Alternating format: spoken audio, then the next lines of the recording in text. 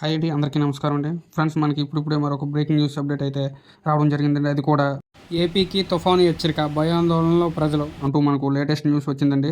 అయితే ఇందుకు సంబంధించిన పూర్తి వివరాలు అయితే తెలుసుకుందామండి. వీడియోని అయితే ఎక్కడ స్కిప్ చేయకుండా చూడండి ఫ్రెండ్స్. వీడియో నచ్చినట్లయితే ఒక లైక్ చేయండి ఫ్రెండ్స్. లైక్ చేయడం వలన మనకు తెలిసిన ఇన్ఫర్మేషన్ మరి కొంతమందికి రీచ్ అయ్యే అవకాశం ఉంటుంది. ఇక లేట్ చేయకుండా వివరాల్లోకి వెళ్ళిపోదాం. దక్షిణ తమిళనాడు, ఛత్తీస్గఢ్, దక్షిణ కర్ణాటక మీదుగా సముద్ర మట్టం నుంచి 0.9 కిలోమీటర్ల ఎత్తులో ఆవహించిన ఉపరితల ఆవర్తనం కారణంగా ఏపీ, తెలంగాణలో ఇప్పటికే మోస్తరు నుంచి భారీ వర్షాలు పడుతున్నాయి. ఇప్పుడు రానున్న వారం రోజుల వ్యవధిలో కోస్తా తీరంపై తుఫాను ప్రభావం పడనుంది.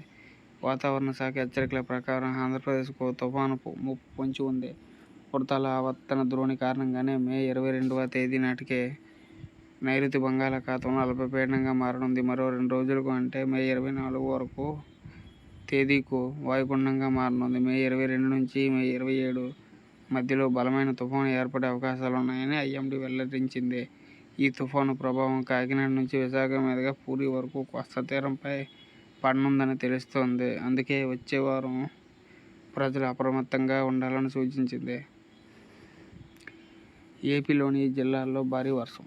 ఇవాళ తిరుపతి, చిత్తూరు, కడప, సత్యసాయి, అన్నమయ్య జిల్లాల్లో ఉరుములు, మెరుపులు, తేలికపాటి నుంచి మోస్తరు వర్షాలు పడనున్నాయి. కాకినాడ, అనకాపల్లి, శ్రీకాకుళం, అల్లూరు సీతారామరాజు, పార్వతీపురం, మన్యం, తూర్పు గోదావరి, పశ్చిమ గోదావరి, కోనసీమ, ఏలూరు, కృష్ణా, నెల్లూరు జిల్లా, కర్నూలు, నంద్యాల, అనంతపురం జిల్లాల్లో మోస్తరు వర్షాలు పడవచ్చు.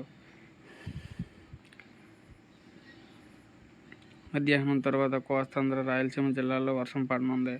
ఉపరితల ఆవర్తనం తుఫాను ప్రభావంతో వారం రోజుల వరకు రాయలసీమ, కోస్తాంధ్ర, యానం ప్రాంతాల్లో మోస్తరు వర్షాలు పడనున్నాయి.